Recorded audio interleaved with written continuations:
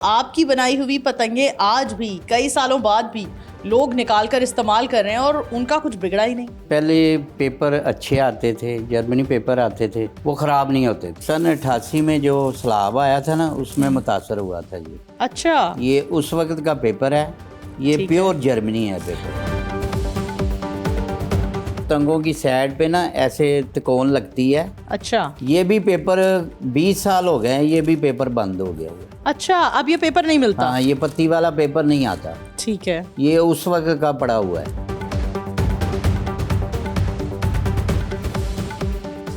पूरे साइज की तीली है, जो उन्होंने कहा हुआ है उसी हिसाब से बनाई हुई है। ये ब्राज़ील का पेपर है, अच्छा पेपर है, जर्मनी नहीं है। अस्सलामुअलैकुम। प्रोग्राम बोलो लाहौर में आप सबको खुशामदीद कहते हैं। मैं हूं आपकी मेज़बान नूर अमानुल्लाह। नाज़रीन, आज हम आपकी मुलाकात करवाने जा रहे हैं 1980 का एक बड़ा नाम, जो हमें गुड्डियों पर अक्सर नजर आया करता था, पतंगों पर हमें उनकी स्टैंप जरूर नजर आती थी। मैं बात कर रही हूं नन्हा साईं की, जिन्होंने 1980 में शौक की बिना पर गुड़ियाँ और पतंगे बनाने का आगाज़ किया और फिर शौक की बिना पर ही इस काम को ही अपना पेशा बना लिया। एक बार फिर 2026 में बसंत का ऐलान होते ही मैन्युफैक्चरर के तौर पर मैदान में आए हैं। आइए चलते हैं, इनसे बात करते हैं और जानते हैं तब की बसंत और अब की बसंत में आखिर फ़र्क क्या है। हमारे साथ रहिए।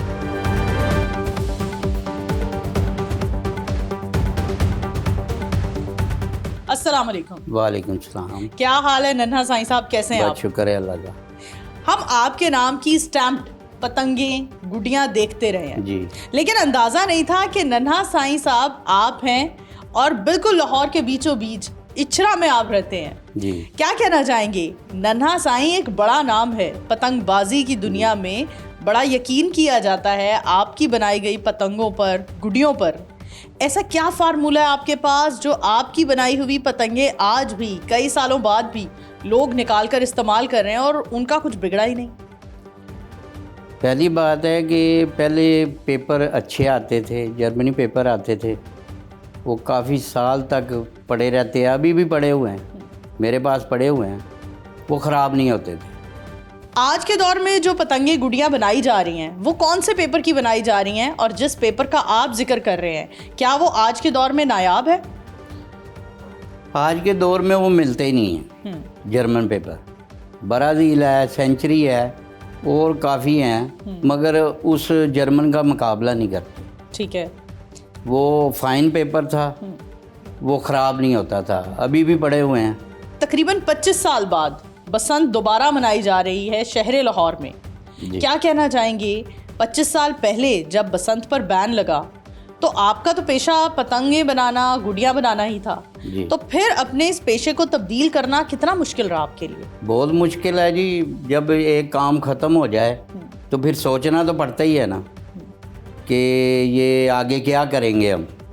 हमारे को थोड़ा सिलसिला था, हमने कवर कर लिया, मगर जिसका सिलसिला नहीं था वो पेशावर चला गया, कोई और जगह चला गया। ज़ाहिर है काम तो करना ही है ना। तो जिनका कोई सिलसिला नहीं था वो जाके पेशावर में काम करना शुरू कर दिया। 1980 में शौक की बिना पर आपने पतंगे गुड़ियाँ बनाने का आगाज़ किया जी, फिर इसी कोई पेशा बना लिया? जी, बस शौक़ की वजह से। शौक़ था, बड़े भाई थे मनीर साहब, मेरे सबसे बड़े भाई हैं, वो बनाते भी थे, उड़ाते भी थे, वही मेरे उस्ताद हैं, तो उन्हीं से देख के हमने ये काम शुरू। क्या कहना चाहेंगे? हम देख रहे हैं कि आज के दौर में भी बड़ी सारी गुड़ियाँ बन रही हैं, पतंगे बन रही हैं, लेकिन हमें पतंगों की शॉर्टेज नज़र आ रही है, हमें सिर्फ गुड़ियाँ ही नज़र आ रही हैं। इसकी क्या वजह है? इसकी वजह ये है कि इतना टाइम नहीं मिला लोगों को कि लाहौर को कवर करने के लिए बहुत गुड़ियाँ चाहिए, बहुत टाइम चाहिए। ठीक है। तो ये थोड़े से टाइम में तो आप थोड़ा ही बसंत मना सकते हैं। हाँ, बाहर से तो आ नहीं सकती। ठीक है। तो इधर से जितनी बनेगी उतनी मिलेगी। आप क्योंकि मैन्युफैक्चरर हैं और 1980 से आप ये काम करते आ रहे हैं, तो बताइए पतंग में और गुड्डी में क्या फ़र्क होता है? क्या पतंग बनाने में ज़्यादा टाइम चाहिए होता है जो हमें इतनी नायाब लग रही हैं, कहीं दिख ही नहीं रही? पतंग में 4 तीलियाँ होती हैं, गुड्डे में 2 तीलियाँ होती हैं। पतंग की तीली को ज़्यादा मेहनत होती है वो इसलिए टाइम उसका ज़्यादा लगा। क्या अब आपने मैन्युफैक्चरर की लिस्ट में अपना इंदराज करवाया है, लाइसेंस बनवाया आपने? बिल्कुल जी, ये दिखाना ज़रा, ये देखें, ठीक है, ये आपके सामने है। हाँ, ये हमारे पास वो लाइसेंस है जो मैन्युफैक्चरर के तौर पर हासिल किया है नन्हा साईं साहब ने। सर, एक तजर्बाकार मैन्युफैक्चरर हैं आप, और अब जब बसंत का ऐलान हुआ है तो आप दीगर मैन्युफैक्चरर्स को कोई टफ टाइम नहीं दे रहे हैं। मार्केट में आप उस तरह से उतरे नहीं हैं जिस तरह से कभी पहले आपका नन्हा साईं का एक नाम हुआ करता था। बात ये है कि इतना टाइम ही नहीं है हमारे पास कि हम कुछ बना सकें, तो हम उतने ही बनाएंगे जो हमारे दोस्त हैं, जितने मिलने वाले हैं उन्हीं को हम दे सकते हैं, वो भी थोड़े थोड़े करके। सर, आपने अपने मिलने वालों के लिए गुड्डियां बना दी हैं, तो खुद क्या करेंगे बसंत वाले दिन? अपनी ही बनाई हुई गुड्डी उड़ाना पसंद करते हैं या किसी भी मैन्युफैक्चरर से खरीद लेंगे? ज़ाहिर है कि जो बनाने वाला वो अपने लिए तो रखता ही है ना थोड़ी सी, तो हम भी थोड़ी सी रख के अपने बेटे को या आप खुद शो कर लेंगे। जो बसंत 90 की दहाई में मनाई जाती थी वो तो रौनकें ही अलग हुआ करती थी। जरा उन रौनकों पर बात करें, क्या रौनक हुआ करती थी बसंत की? वो ये होता था कि हाँ, दोस्त सारे इकट्ठे होते थे, कोई फैमिली होती थी, वो सारे मिल के खाना पीना जो भी है सारा अरेंज करते थे और बसंत मनाया करते थे। अच्छा, एक तो शौक था, शौक से जब ये आपका पेशा बना तो ये कितना पैसों के लिहाज से कितना अच्छा पेशा था, जो गुड्डियां बनाकर सेल करना, कितनी डिमांड हुआ करती थी इसकी? हमारी तो डिमांड बहुत थी कि उड़ाने वाले जितने भी थे वो सारे हमसे कोशिश करते थे कि हमसे मिल जाए, मगर हमारे पास इतना बनती नहीं थी कि जो हम किसी को, हर किसी को दे सकें। पहले भी गुड़ियां और पतंगे बनाया करते थे और अब 2026 में बसंत के लिए बना रहे हैं। पहले में और अब में क्या फ़र्क पाया आपने? अब मैं ये फ़र्क है कि अकेला हूँ, पहले शागिर्द हुआ करते थे, चीज़ें ज़्यादा बनती थी, अब अकेला यही है कि दोस्तों को बना के दे सकता हूँ। नन्हा साईं साहब, आपकी स्टैम्प्ड गुड़ियां बड़ी फेमस थी, तो बड़े नामवर शख्सियात भी आती होंगी ख़रीदार के तौर पर आपके पास, तो ज़रा बताइए ख़रीदारों में नामवर शख्सियात की क्या फहरिस्त है आपके पास? काफ़ी लोग आते थे, एक्टर वगैरह आते थे, जैसे अमानुल्लाह साहब, अल्लाह बख्शे उनको, तो वो आते थे, बाबर साहब आते थे, काफ़ी लोग थे जो मेरे से वो चीज़ें लेते थे। सियासी शख्सियात में भी कुछ ख़रीदार तो होते होंगे आपके? हाँ जी, वो भी आते थे, फरूल लगारी के बेटे जमाल लगारी, वो भी हमारे साथ पेश किया करते थे, तो वो और भी काफ़ी हैं जो इस तरह के हैं जिनका नाम नहीं मैं लेना चाहता। अच्छा, और पतंगबाजी की अगर हम पेचों की बात करें तो बाकायदा पूरे कंपटीशन हुआ करते थे, वो कंपटीशन कहाँ हुआ करते थे और उस कंपटीशन की ज़रा हमें कहानियाँ बताएं, क्या होती थी? वो हमारी जो गेम होती थी वो होती थी गार्डल टाउन में, वहाँ पे हमारे महालव जो थे वो हसान भाई थे, तो हमारे जो कैप्टन थे वो 2 कैप्टन थे, ख्वाजा मंजूर और इमरान मानी। ठीक है। तो शाह साहब भी थे, लियाकत शाह साहब वो थे, और महालव काफ़ी लोग थे। ठीक है। जिनके कुछ मतलब एक मुखालिफ नाम मुझे याद हैं। मतलब एक मुखालिफ टीम हुआ करती थी, एक आपकी टीम हुआ करती थी, एक हमारी टीम थी, उनके दरमियान काइट फ्लाइंग का पेचा हुआ करता था। हाँ जी, बिल्कुल। ठीक है। और उस पेचे में क्या हुआ करता था, मतलब क्या कोशिश हुआ करती थी, कौन सी डोर यूज़ की जाती थी, कौन सी गुड्डियाँ पतंगे कौन सी किस्म की यूज़ की जाती थी? उस वक्त तो पहले डोर ब्रीक ही चलती थी। हाँ। 5 रिच हो गई, स्कॉट वगैरह वलैती डोरें भी थी, 8 चेन हो गई, 2 रिच हो गई। ठीक है। इस तरह की डोरें थी। ठीक है। सबसे मोटी डोर 2 नंबर होती थी, 2 रिच। ठीक है। और उसके नीचे ही सारी डोरें होती थी, तो वही चलती थी। बसंत के मौका पर छतों पर कौन से गाने तब लगा करते थे? अब तो हम देख रहे हैं कि तकरीबन 150 गानों पर पाबंदी लग चुकी है। उस दौर के जरा फेमस गाने बता दें हमें। वो बसंत के हवाले से गाने थे, बो काटा, वो बरारुल हक के गाने चलते थे, वो छम्मा छम्मा पंजाबी हो गए, इस तरह के गाने काफ़ी फेमस थे जो लोग छतों पे चलाया करते थे।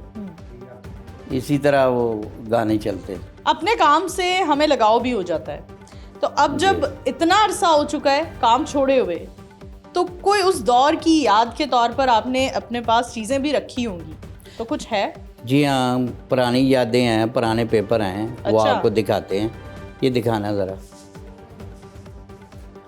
ये हमें थोड़ा लग रहा है कि अफेक्टेड है पेपर। ये सन 88 में जो सैलाब आया था ना, उसमें मुतासर हुआ था ये। अच्छा। ये उस वक्त का पेपर है, ये ठीक प्योर जर्मनी है पेपर। और ये मुतासर होने के बाद भी ख़राब नहीं हुआ? ख़राब नहीं हुआ, अभी भी इसमें जान है। ठीक है। आजकल के पेपर से अभी भी ये उससे बेहतर है। आज के दौर में ऐसा पेपर नहीं मिलता आपको? नहीं मिलता। और यही वजह है कि आज भी बैरूने मुल्क आपकी बनाई हुई गुड़ियाँ लोग अभी भी बसंत के मौका पर इस्तेमाल कर रहे हैं और करेंगे। काफ़ी लोगों के पास मेरी पतंगें बनी हुई अभी तक पड़ी हुई हैं, ठीक जो तनावें भी नहीं डली, उड़ाई भी नहीं है किसी की। ठीक है। और जो इस पेपर का ये बताएं, ये भी कोई गुड़ियों के लिए इस्तेमाल किया जाता था? ये पन्नी है, ये है। पतंगों की साइड पे ना ऐसे तिकोन लगती है। अच्छा। ये भी पेपर 20 साल हो गए हैं, ये भी पेपर बंद हो गया हुआ। अच्छा, अब ये पेपर नहीं मिलता? हाँ, ये पत्ती वाला पेपर नहीं आता। ठीक है। ये उस वक्त का पड़ा हुआ है। हाँ। अब ये जो मैं गुड्डे बना रहा हूँ दोस्तों के लिए, उनको लगा रहा हूँ। ठीक है। ये मोची दरवाजे में बाकर साहब थे जो ठीक है। पेपर का काम करते थे। अच्छा। ये उनसे मिला था मुझे। और अब आपको ये पेपर मोची गेट से नहीं मिलता? नहीं, ये काफ़ी अरसा हो गया है। ये पेपर अब बंद हो गया, किसी के पास है ही नहीं। ठीक है। अब मिलते जुलते पेपर आ रहे हैं, कोई ब्राज़ील आ रहा है, कोई सेंचुरी आ रहा है, वही बना रहे हैं लोग, वही बाहर जा रहा है। 88 के सैलाब में मुतासर हुआ इनका गुड़ियों के हवाले से, मैन्युफैक्चरिंग के हवाले से जो सामान था वो आज भी इनके पास मौजूद है। शोबिस पर्सनालिटीज़ में कौन से ऐसे बड़े नाम हैं जो आपके पास ख़रीदार के तौर पर आया करते थे? उस्मान पीरज़ादा, समीना पीरज़ादा, ये जितनी भी मैं चीज़ें बनाता था ना, वो उनके पास जाती थी, वो फेस्टिवल करते थे, तो वो बड़ा खुश होते थे देख के, इतनी प्यारी प्यारी पतंगे, इतनी प्यारे प्यारे गुड्डे, वो बड़े खुश होते थे, मुझसे ही लेते थे। छुट्टी के मौका पर पतंगबाजी के बड़े बड़े कंपटीशन हुआ करते थे, किन जगहों पर, किन मैदानों में, किन गार्डन्स में हुआ करते थे, ये भी बताएं। गार्डन टाउन में होते थे, वो हमारी अपनी टीम की गेम होती थी एक। ठीक है। जब छुट्टी होती थी हम उधर गेम करते थे। हाँ। बाकायदा आगे भी एक ग्राउंड थी, कज़ावी स्टेडियम के साथ ग्राउंड थी, जो वहाँ की ग्राउंड बन गई हुई है, वहाँ पे गेम होती थी। वहाँ पे काफ़ी लोग उस जगह पे शौक करते थे, कप वगैरह भी वहीं पे उठते थे। और मिंटो पार्क है, सबसे ज़्यादा शौक उधर ही हुए हैं, उधर ही उस्ताद वगैरह जितने भी हैं, ठीक है, वो काफ़ी लोग उधर गेम करते थे। 25 साल बाद बसंत वापस आ रही है, बसंत का त्यौहार ज़ोरों शोर से मनाया जाएगा, किन लोगों को इसका सेहरा देते हैं आप? ये जी पहले तो हैं गोगी भट्ट साहब जो बाहर के मुल्क रहते हैं। मैं तो खैर वो फ़ोन पे ही देखता रहता हूँ, मैं कभी गया नहीं, ना शौक़ था ना कभी गया। तो बाद में ख्वाजा नदीम वाइन साहब, फिर उस्ताद परवेज़ बादशाह साहब, बिल्लू लाला साहब, इन्होंने बहुत कोशिश की।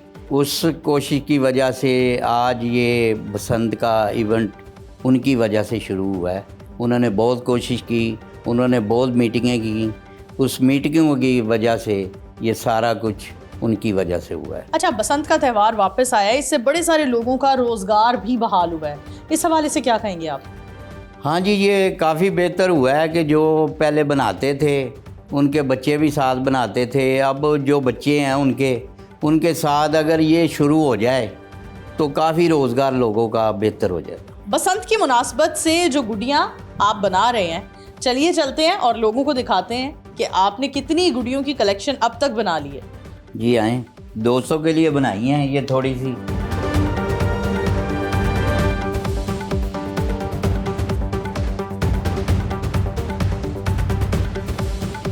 ये पन्नी वो लगाई हुई है जो आपको दिखाई है, ये अब नहीं मिलती।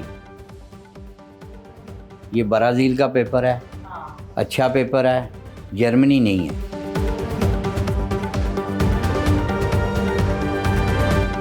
ये देखें, पूरे साइज़ की तीली है, जो उन्होंने कहा हुआ है उसी हिसाब से बनाई हुई है।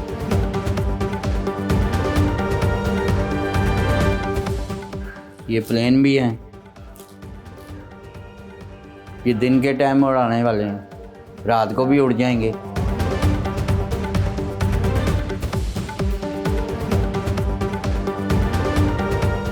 ये भी दिन के टाइम उड़ाने वाले हैं।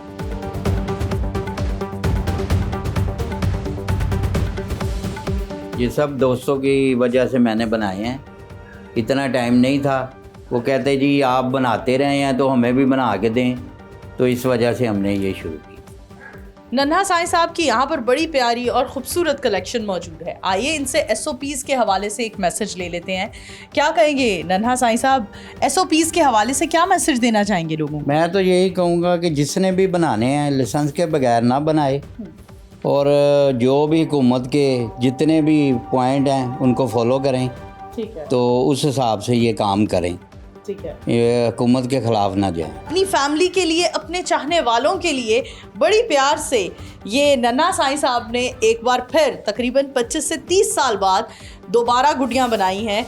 और क्या खूबसूरत रंग हैं, क्या ज़बरदस्त इनकी कलेक्शन है, और देखकर ही एहसास हो रहा है कि ये आसमान में जाकर क्या रंग बिखेरेंगी। आज के प्रोग्राम बोलो लाहौर से अपनी होस्ट नूर अमानुल्लाह को दीजिए इजाज़त। दोबारा हाजिर होंगे, तब तक के लिए अल्लाह हाफ़िज़।